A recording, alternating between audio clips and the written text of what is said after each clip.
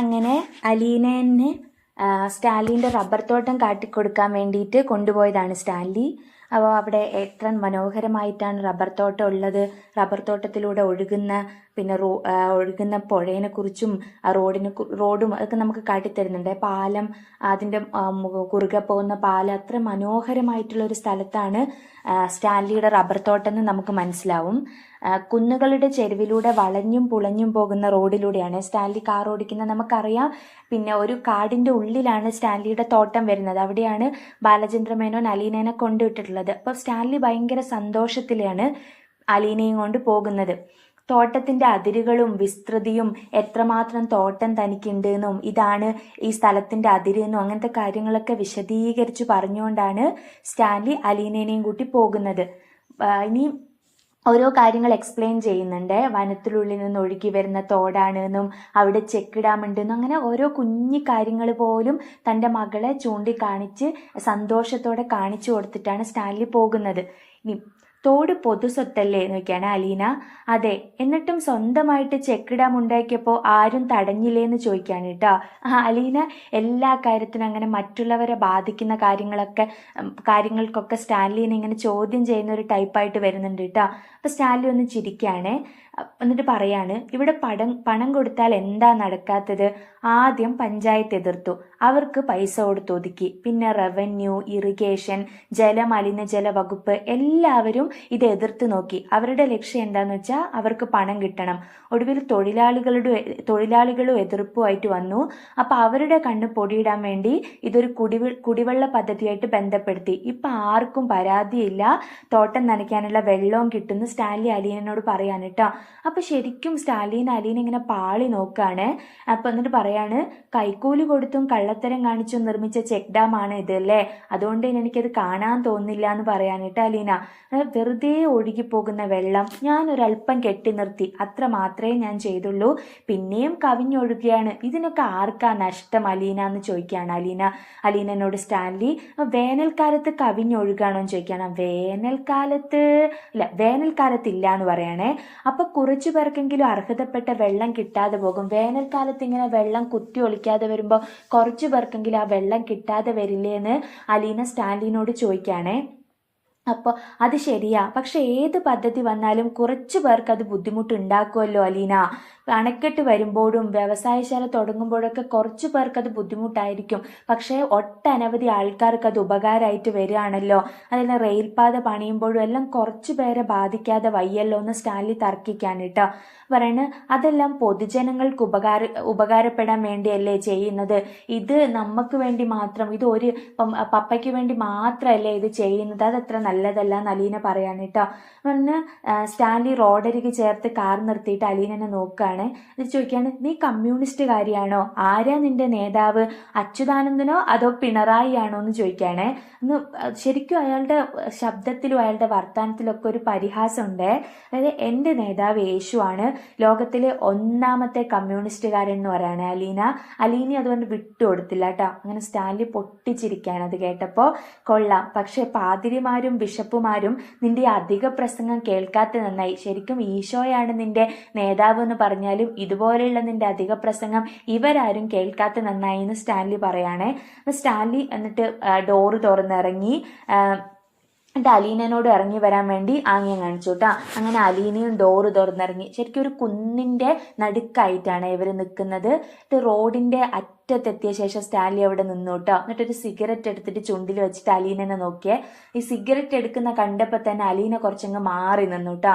അപ്പോൾ സ്റ്റാൻലി എന്താ വെച്ചാൽ സിഗരറ്റ് കൊളുത്തി വലിക്കാൻ തുടങ്ങി. വേനൽക്കാലമായി, ശരിക്കും വേനൽക്കാലമാണ് നമ്മൾ കാണിക്കുന്നത്. ഇപ്പോൾ റോഡിലും തോട്ടത്തിലും ഒക്കെ റബ്ബറിൻ്റെ കരിയിലകൾ ഇങ്ങനെ വീണ് മൂടിക്കിടക്കുന്ന അങ്ങനത്തെ ദൃശ്യങ്ങളൊക്കെ നമുക്ക് കാണാം കേട്ടോ. വൃക്ഷശിഖരങ്ങളിൽ നിന്ന് ഇടയ്ക്കിടെ റബ്ബർ കായ പൊട്ടുന്ന ശബ്ദം കേൾക്കാമായിരുന്നു. തവിട്ട് നിറമാർന്ന ഭംഗിയുള്ള ഡിസൈനുകളിൽ കായ്കളും അതിൻ്റെ പുറന്തോടുകളും കാറിനു മീതെയും ബോണറ്റിലും പൊട്ടി വീണുകൊണ്ടിരുന്നു. സ്റ്റാൻലി 4-5 പുകയെടുത്തിട്ട് സിഗരറ്റ് ഊറ്റെല്ലാം താഴെയിട്ട് സ്റ്റൈലായിട്ട് ഷൂസ് ഇട്ട കാലുകൊണ്ട് അത് ചവിട്ടിക്കെടുത്തിട്ടോ. എന്നിട്ട് സ്റ്റാൻലി തൻ്റെ തോട്ടത്തിൻ്റെ ഭംഗിയും വിസ്തൃതിയും ചൂണ്ടിക്കാട്ടിക്കൊണ്ട് അലീനയോട് പറയാണേ, ഒരു കാലത്ത് ആർക്കും വേണ്ടാതെ കിടന്ന സ്ഥലമായത് ചെറിയ വിലയ്ക്ക് കിട്ടി, വെട്ടിത്തെളിച്ചെടുത്ത് പ്ലാന്റ് ചെയ്ത് ഈ രൂപത്തിലാക്കിയത് ഞാനാണ്. അങ്കിൾ ഒറ്റയ്ക്ക് ചെയ്തതല്ലല്ലോ, തൊഴിലാളികളെ കൊണ്ട് ചെയ്യിച്ചതല്ലേ, അവർക്ക് കൂലി കൊടുത്തെന്നല്ലേ ഉള്ളൂ.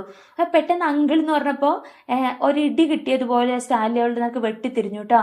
അത് ഇപ്പോഴും നീ എന്നെ അങ്കിൾ എന്നാണോ വിളിക്കുന്നത്, അതെന്താ എന്നെ അങ്കിൾ എന്ന് വിളിക്കുന്നതെന്ന് ചോദിക്കുകയാണേ. അപ്പോൾ ഞാൻ എങ്ങനെ വിളിക്കണമെന്ന് പറഞ്ഞില്ലല്ലോ, മക്കൾ എങ്ങനെയാ വിളിക്കാറ് എൻ്റെ അലീന തിരിച്ചു ചോദിക്കുകയാണേ. പറഞ്ഞാൽ എൻ്റെ മക്കൾ പപ്പയെന്ന് വിളിക്കും, എനിക്കും അങ്ങനെ വിളിക്കാമോ?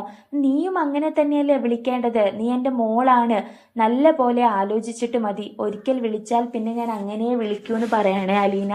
പറഞ്ഞാൽ ആരുടെ മുൻപിൽ വെച്ചും ഏത് സ്ഥലത്ത് വെച്ചും സ്റ്റാൻലി അല്പം വിഷമത്തിലായി. ഇതുവരെയും ആരോടും പറഞ്ഞിട്ടില്ല അലീന സ്വന്തം മകളാണെന്ന്. വേണ്ട അല്ലേ? ചെറുചിരിയോടെയായിരുന്നു അലീനയുടെ ചോദ്യം. അതിൻ്റെ മുനകൾ സ്റ്റാൻലിയുടെ ഹൃദയത്തിലേക്ക് കുത്തിത്തുളച്ചു കയറി. വേണം, അയാൾ വർദ്ധിത വീര്യത്തോടെ പറഞ്ഞു. ഇനി എന്നെ അങ്ങനെയേ വിളിക്കാവൂ, എല്ലായ്പ്പോഴും.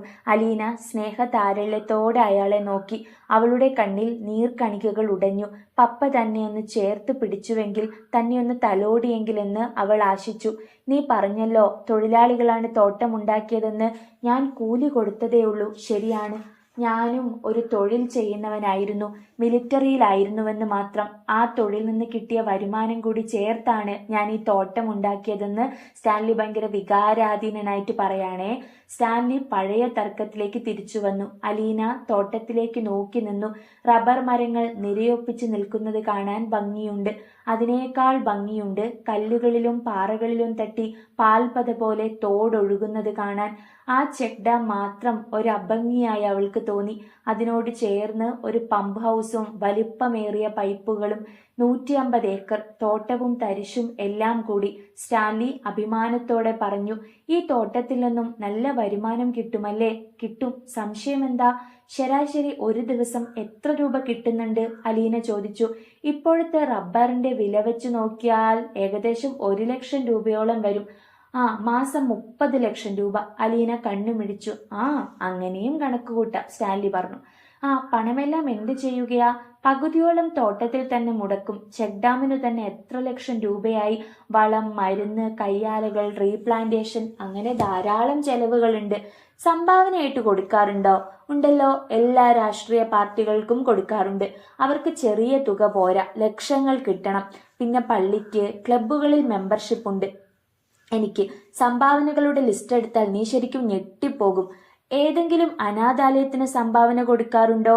ചികിത്സിക്കാൻ പണമില്ലാതെ കഷ്ടപ്പെടുന്ന രോഗികൾക്ക്, പഠിക്കാൻ ഫീസും പുസ്തകവുമില്ലാതെ സങ്കടപ്പെടുന്ന കുട്ടികൾക്ക്, വീടില്ലാത്തവർക്ക്, വസ്ത്രമില്ലാത്തവർക്ക്, ഭക്ഷണമില്ലാത്തവർക്ക്.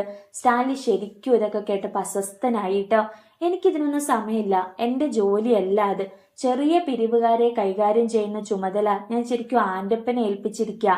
അവനും അനാഥശാല സന്ദർശിക്കാനൊന്നും നേരമുണ്ടാവില്ല എന്ന് പറയാണേ സ്റ്റാൻലി അല്പം നീരസത്തിലാണ് കേട്ടോ ഇത് പറഞ്ഞത്. ഇവളിങ്ങനെ എപ്പോഴും അനാഥാലയത്തെ കുറിച്ചൊക്കെ ഇങ്ങനെ പറഞ്ഞുകൊണ്ടിരിക്കുന്നത് അയാളിൽ നീരസമാണ്. അയാൾ കാറിന്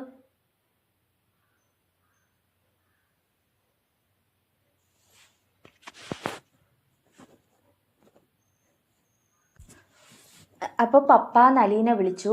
അവൾ ആദ്യമായിട്ടാണ് സ്റ്റാൻലിയെ അങ്ങനെ വിളിക്കുന്നത്. സ്റ്റാൻലി പെട്ടെന്ന് നിന്നു, തിരിഞ്ഞ് അലീനയെ നോക്കി. ഇതുപോലൊരു അനാഥാലയമാണ് പപ്പയുടെ മോളെ 23 വർഷം ചോറ് തന്ന് വളർത്തിയത് നലീന പറയാണേ. ഷോക്കേറ്റതുപോലെ സ്തംഭിച്ച് നിന്നുപോയി സ്റ്റാൻലി. അലീന അയാളെ മറികടന്ന് ചെന്ന് കാറിൽ കയറിയിരുന്നു. സ്റ്റാൻലി കാറിലേക്ക് വരാൻ കുറച്ചുകൂടി സമയമെടുത്തു. ഡോർ അടച്ച ശേഷം വെറുതെ അല്പനേരം ഇരുന്നു. പിന്നെ കാറ് സ്റ്റാർട്ട് ചെയ്ത് ഓടിച്ചു നീങ്ങി. കാർ റബ്ബർ തോട്ടത്തിലൂടെ പൊയ്ക്കൊണ്ടിരുന്നു. നിനക്ക് എൻ്റെ തോട്ടം ഇഷ്ടപ്പെട്ടില്ല അല്ലേ? സ്റ്റാൻലി ചോദിച്ചു. എനിക്കിഷ്ടപ്പെട്ടു. റിയലി? നല്ല തോട്ടം, ധാരാളം വരുമാനം, പക്ഷെ അത് ശരിക്കും പ്രയോജനപ്പെടണം. സ്റ്റാൻലിക്ക് കാര്യം മനസ്സിലായി. ശരി, സഹായിക്കേണ്ടവരുടെ ഒരു ലിസ്റ്റ് ആൻ്റപ്പനെ ഏൽപ്പിച്ചേക്ക്. ഞാൻ ആൻ്റപ്പനോട് പറഞ്ഞേക്കാം. വേണ്ട. അതെന്താ? ഞാൻ പപ്പ എന്ന് വിളിക്കേണ്ടത് ആരെയാ? ആൻ്റപ്പൻ ചേട്ടനെ വിളിച്ചാൽ മതിയോ? ഇതെന്ത് വർത്തമാനം? സ്റ്റാൻലിക്ക് മനസ്സിലായില്ല. എന്നോടാരും എതിർത്ത് സംസാരിക്കില്ല. ആർമിയിലായിരുന്നപ്പോഴും റിട്ടയർമെന്റിന് ശേഷവും. സ്റ്റാൻലി അല്പം പാരുഷ്യത്തിൽ തന്നെ പറഞ്ഞു. എനിക്കത് ഇഷ്ടമല്ലെന്ന് അടുത്ത് പരിചയമുള്ളവർക്കറിയാം. ഞാൻ ഇനി ഒരക്ഷരം പോലും മിണ്ടുന്നില്ല, അലീന പറഞ്ഞു. ഞാൻ വേണമെങ്കിൽ തിരിച്ചു പോയിക്കോളാം. പോകാൻ ഞാൻ പറഞ്ഞോ? ഇല്ലല്ലോ. സ്റ്റാൻലി അവളെ ആശ്ചര്യത്തോടെ നോക്കി. ഇതിനേക്കാൾ ഭേദം പൊയ്ക്കൊള്ളാൻ പറയുന്നതാ. അലീന കെറിവിച്ച് കഴിഞ്ഞു. പാലായ്ക്കുള്ള വണ്ടിക്കൂലി മാത്രം തന്നാൽ മതി. നിന്നെ അങ്ങനെ വിട്ടയക്കാനൊന്നും പറ്റില്ല. സ്റ്റാൻലി ജോസഫിന്റെ മകളാണ് നീ. നിന്റെ പപ്പയുടെ കൂടെയാണ് നീ ജീവിക്കേണ്ടത്. സ്റ്റാൻലി ജോസഫിന്റെ മകൾക്ക് അവളുടെ പപ്പയുടെ അടുത്ത് ഒരു സ്വാതന്ത്ര്യവുമില്ലല്ലോ. ഇല്ലെന്ന് ആര് പറഞ്ഞു? ഉണ്ടല്ലോ. ഒരു കാര്യം ശരിയല്ലെന്ന് തോന്നിയാ അത് തുറന്നു പറയാനുള്ള ധൈര്യം വേണ്ടേ സ്റ്റാൻലി ജോസഫിന്റെ മകൾക്ക്? അതു വേണ്ടത് തന്നെയാ. സ്റ്റാൻലി സമ്മതിച്ചു. സ്വന്തം പപ്പയോടായാലും അതും കുഴപ്പമൊന്നുമില്ല. പക്ഷെ പപ്പയും വല്ലതുമൊക്കെ തിരിച്ചു പറഞ്ഞെന്ന് വരും. പക്ഷെ തിരിച്ചു പറയുമ്പോൾ പപ്പ ഓർക്കണം, 23 വർഷക്കാലം ഞാൻ അനാഥാലയത്തിൽ ജീവിച്ചതാണ്. ആ മകളോടാണ് പപ്പ ഇതൊക്കെ പറയുന്നതെന്ന്. നീ ഇത് എന്തിനാ കൂടെ കൂടെ പറയുന്നത്? എനിക്കിത് കേൾക്കുന്നതിൽ കുറച്ച് വിഷമമുണ്ട്. പപ്പയ്ക്കത് കേൾക്കാൻ പോലും വിഷമം. അപ്പം അത് അനുഭവിച്ച എനിക്കോ, ഇപ്പോഴും അനുഭവിച്ചു കൊണ്ടിരിക്കുന്ന ആയിരക്കണക്കിന് കുഞ്ഞുങ്ങൾക്കോ? അതിന് സ്റ്റാൻലിക്ക് മറുപടി ഉണ്ടായില്ല. കാർ ബംഗ്ലാവിൽ തിരിച്ചെത്തി. ആൻറ്റപ്പൻ ഓടി ഇറങ്ങി വന്ന് ഡോർ തുറന്നു പിടിച്ചു. സ്റ്റാൻലി ഇറങ്ങി. മറുവശത്ത് അലീനയും. പുനലൂരിൽ നിന്ന് വിളിച്ചിരുന്നു. ആര്? കേണൽ സാബിന്റെ അച്ഛൻ. താൻ എന്തു പറഞ്ഞു? എസ്റ്റേറ്റ് കാണിക്കാൻ പോയിരിക്കുകയാണെന്ന്. എസ്റ്റേറ്റ് കാണിക്കാനോ? ആരെ? ഈ അലീന കുഞ്ഞിനെ. തന്നോട് ആര് പറഞ്ഞടോ അങ്ങനെ പറയാൻ? എസ്റ്റേറ്റിൽ പോയിരിക്കുകയാണെന്ന് പറഞ്ഞാൽ പോരായിരുന്നോ? എന്റെ വായിന്നങ്ങ് വീണുപോയി സാബ്. തന്റെ വായിന്നിപ്പോ വീഴേണ്ടത് 2 പല്ലാണ്. സോറി സാബ്. അപ്പച്ചൻ എന്തു പറഞ്ഞു? സാബ് വന്നാലുടനെ തിരിച്ചു വിളിക്കണമെന്ന്. പപ്പയുടെ മുഖം കോപകലുഷമാകുന്നത് അലീന ശ്രദ്ധിച്ചു. പപ്പ ചവിട്ടിക്കുതിച്ച് വീട്ടിനുള്ളിലേക്ക് കയറിപ്പോകുന്നു. ആൻറ്റപ്പൻ ചേട്ടൻ കുളം കലക്കിയോ? അലീന കുസൃതിയോടെ ചോദിച്ചു. എന്തു പറയാനാ കുഞ്ഞെ, ഒരു കയ്യബദ്ധം പറ്റിപ്പോയി. ഇത് കയ്യബദ്ധമാണോ? വാക്കബദ്ധമല്ലേ? ഞാൻ ആരാണെന്നാ ആൻറ്റപ്പൻ ചേട്ടൻ പറഞ്ഞത്? എനിക്കറിയാവുന്നതൊക്കെ പറഞ്ഞു. അനാഥാലയത്തിൽ വളർന്ന പെൺകുട്ടിയാണ്, പേര് അലീന എന്നാണ്, വീട്ടുവേലക്കാരിയായിരുന്നു എന്നൊക്കെ. അതേതായാലും നന്നായി, അലീന അഭിനന്ദിച്ചു.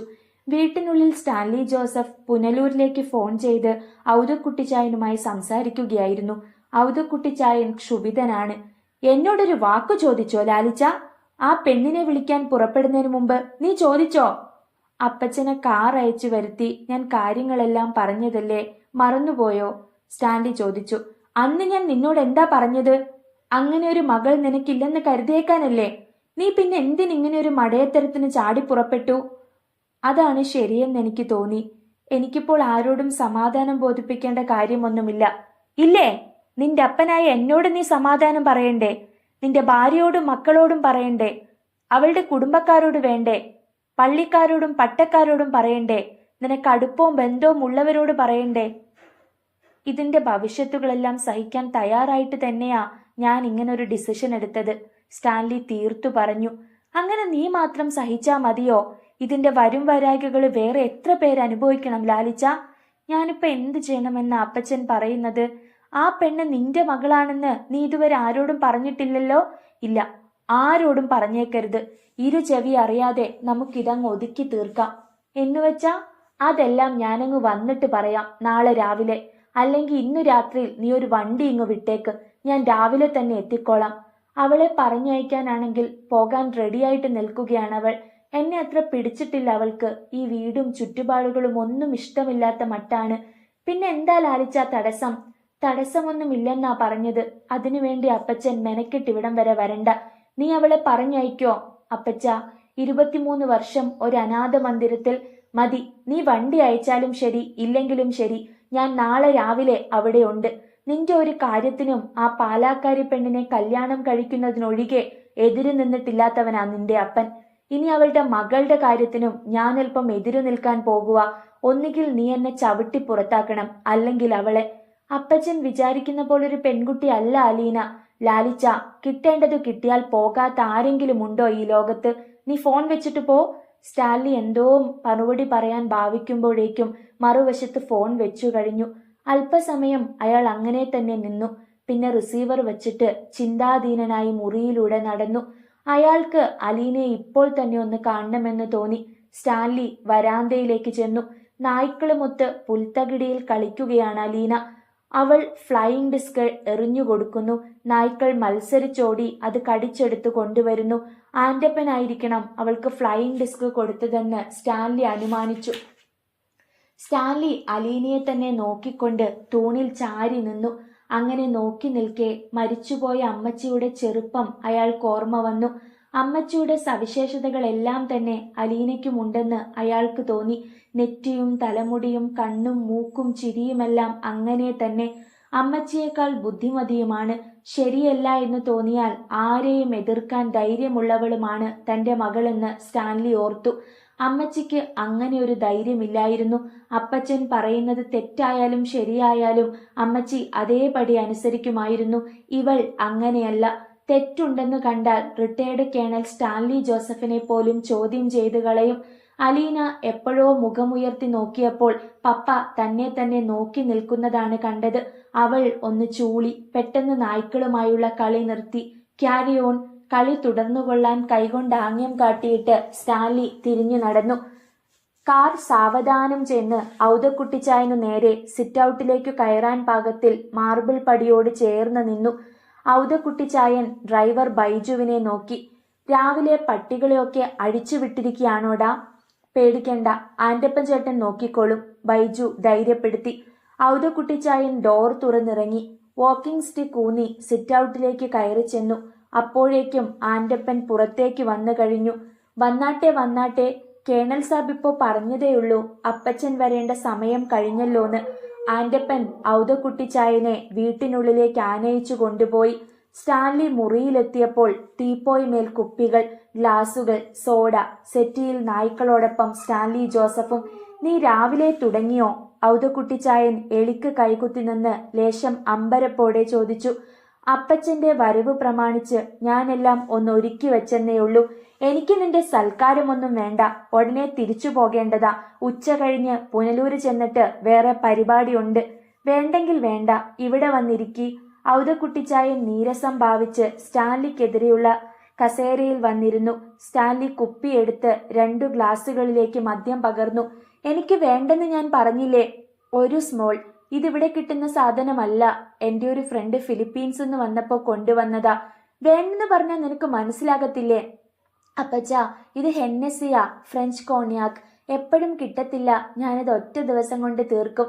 ഔദക്കുട്ടിച്ചായൻ മകന്റെ മുഖത്തേക്കും ഗ്ലാസ്സിലേക്കും മാറി മാറി നോക്കി. വെള്ളമൊഴിക്കാതെ എങ്ങനെയാ ലാലിച്ച കഴിക്കുന്നത്? സ്റ്റാൻലി ചെറുചിരിയോടെ ഒരൽപ്പം സോഡയും വെള്ളവും ഗ്ലാസ്സിലെ മദ്യത്തിലേക്ക് ചേർത്തു. ഔദക്കുട്ടിച്ചായൻ അതെടുത്തൊറ്റ വലിക്ക് മോന്തി. രുചിച്ചു കഴിക്കേണ്ട സാധനമാ. അപ്പച്ചനത് വെട്ടി വിഴുങ്ങുന്ന പോലെ ഒറ്റ പിടുത്തം പിടിച്ചാ അതിന്റെ സുഖം കിട്ടത്തില്ല. എല്ലാം ഒന്ന് തന്നെയല്ലേ ലാലിച്ച?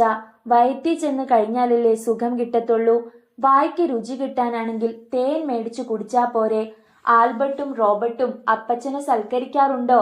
ഓ, വല്ലപ്പോഴും ഒരു തുള്ളി മേടിച്ചു തന്നെങ്കിലായി. നിന്റെ അടുത്ത് വരുമ്പോഴേ ഉള്ളൂ ലാലിച്ച മനസ്സ് തെളിഞ്ഞു വല്ലതും കഴിക്കാൻ പറ്റുന്നത്. നീ അവളെ അങ്ങ് വിളിച്ചാട്ടെ, കാണട്ടെ. അങ്ങനെ വിളിച്ചാൽ വരില്ല അവൾ. മദ്യപാനവും പുകവലിയും നടക്കുന്ന മുറിയിലേക്ക് അവൾ കാലെടുത്ത് വയ്ക്കില്ല. അത്രയ്ക്ക് അഹങ്കാരിയാണോ?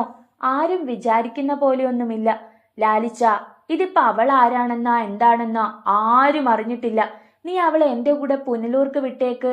അവിടെ ആകുമ്പോ ചോദിക്കുന്നവരോട് നമുക്ക് എന്തെങ്കിലും ഒരു ബന്ധം പറയാം. ചിന്നമ്മയുടെ അനുജത്തിയുടെ മോളുടെ മോളാണെന്നോ എന്റെ ഇളയ പെങ്ങളുടെ കൊച്ചുമോളാണെന്നോ, എന്നിട്ട് പതുക്കെ അവിടുന്ന് നാട് കടത്താം. അങ്ങനെ നാട് കടത്താനായിരുന്നെങ്കിൽ അവളെ ഇങ്ങോട്ട് വിളിച്ചു വരുത്തേണ്ട കാര്യമുണ്ടായിരുന്നോ? ഛേ, നാട് കടത്തുക എന്ന് വെച്ചാൽ ഞാൻ ഉദ്ദേശിച്ചത് എവിടെയെങ്കിലും കൊണ്ടുപോയി തള്ളുക എന്നല്ല. നിന്റെ മോളല്ലേ, ഉപേക്ഷിക്കാൻ പറ്റുമോ?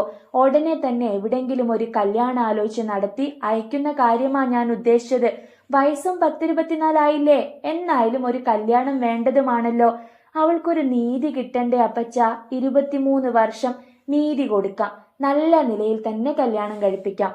ഗൾഫുകാരനെ കൊണ്ടോ ബോംബെയിലോ ഡൽഹിയിലോ ഉദ്യോഗമുള്ളവനെ കൊണ്ടോ കെട്ടിക്കാം. അവള് നല്ല നിലയിൽ ജീവിച്ചാ പോരെ. എന്തായാലും ഇവിടെ നിർത്തണ്ട.